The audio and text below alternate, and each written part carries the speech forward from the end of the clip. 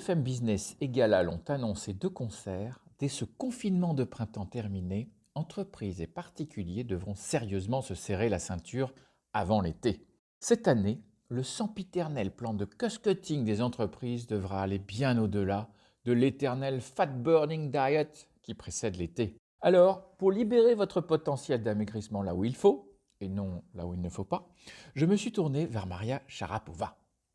L'extraordinaire championne de tennis, touchée par un revers de fortune médicale, annonce il y a quelques semaines son retrait du tennis mondial. Cette joueuse russe hors pair, qui a grandi en Floride sans vraiment voir sa mère, s'est tant entraînée qu'elle a tout gagné. Elle a sacrifié tellement de souvenirs d'enfance qu'elle a atteint un niveau exceptionnel de performance. Son investissement sans limite à payer.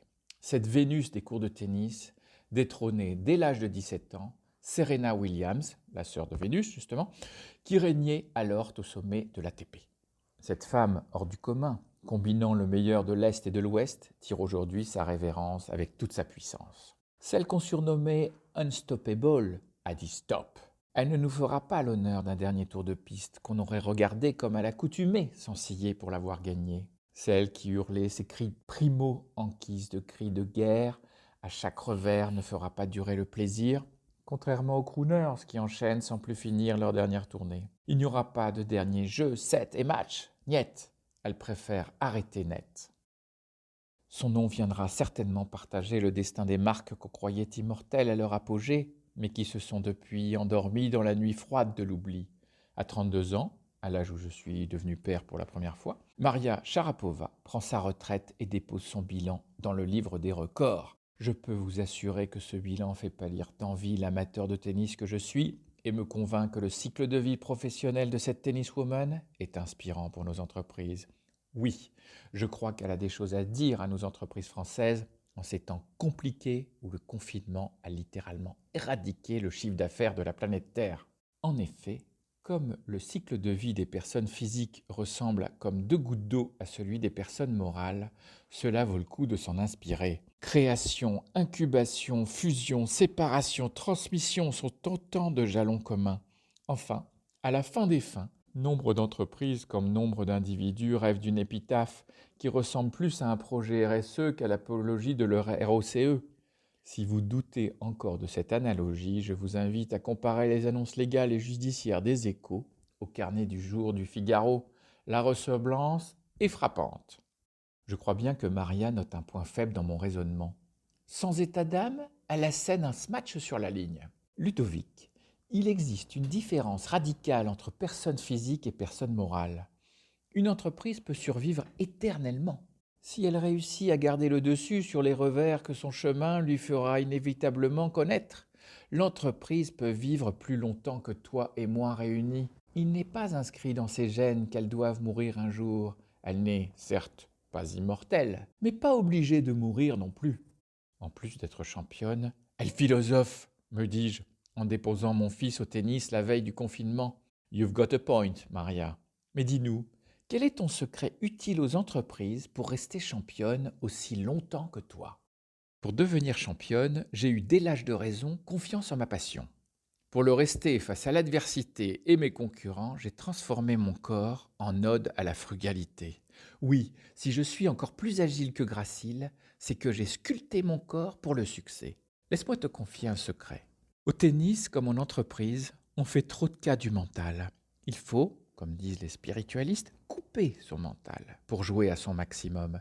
D'ailleurs, regarde, vous regorgez bien souvent en entreprise de cerveaux brillants, mais question corps, pas vraiment. L'important, Ludovic, c'est d'avoir un corps lean pour être en avance sur son marché comme sur la balle, souple pour pouvoir pivoter stratégiquement, slim pour être dans l'air du temps. Le corps peut être aussi un facteur d'attractivité pour attirer les talents, tu sais.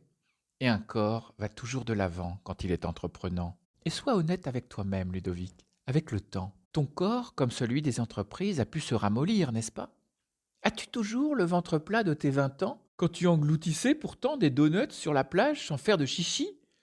Et pourquoi faire un régime si c'est pour courir le risque de perdre pectoraux ou même fessiers, qui d'ailleurs avait été élu le plus beau de ta terminale à LLG? Maria, j'adore quand tu es aussi cash qu'Arthur H. Tu sais parler au cœur des hommes. Mais Comme nous sommes à l'usine nouvelle et non pas chez Vanity Fair, dis-nous plutôt, que conseilles-tu aux entreprises pour maigrir stratégiquement? Comment retrouver le corps de sa jeunesse quand l'entreprise est née, comme moi, au XXe siècle? Comment maigrir durablement quand on a déjà fait 10 régimes de réduction de coûts? Comment aimer la frugalité quand on a pris tant de plaisir à accumuler des budgets et des ETP? Pour réussir, Ludovic, il faut que tu diagnostiques les résistances humaines de l'entreprise à son amaigrissement. Certains sont carrément contre par principe. Pourquoi maigrir pour rester numéro un? On ferait mieux d'empêcher les concurrents de jouer, en mettant par exemple des barrières à l'entrée du stade, disent les partisans du monopole, qui voient dans leur taille une preuve de leur talent. Certains ont besoin de se retrouver dans la finalité de cette cure. Maigrir? Mais dans quel but?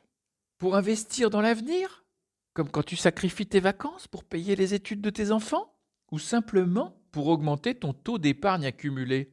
Certains ne s'engageront que si l'effort d'amaigrissement est équitablement partagé. Me sacrifier? Ok. Mais hors de question que ce soit toujours moi qui me prive. Je ne serai pas le dindon de cette farce de cost-cutting, clame-t-il dans la salle fitness de l'entreprise. Certains ne sont pas d'accord avec les méthodes d'hier. Ce n'est pas en nous comparant sous toutes les coutures avec des licornes filiformes qu'on trouvera comment perdre du poids. S'insurge-t-elle contre cette culture du benchmark qui croit qu'en voyant les écarts de mensuration, ils seront magiquement réduits? Oh, Maria, tu es sacrément douée, tu sais. Et quel coup d'œil pour saisir les résistances humaines à la réduction des coûts! Ludovic, le régime ultime n'est pas de jeûner, mais d'aimer la frugalité, de préférer la saveur à la quantité. La frugalité s'apprend, tu sais. Mais ce sera pour une prochaine fois, désolé. Tu as un peu de temps pour un set? Le tennis me manque finalement. Partant pour un double mix, Maria, parce que comment te dire? Je préfère t'avoir comme partenaire que comme adversaire. Ben, rendez-vous après le confinement, du coup. Et voici mon téléphone. 06 22 02 34 03. Allez, à la semaine prochaine.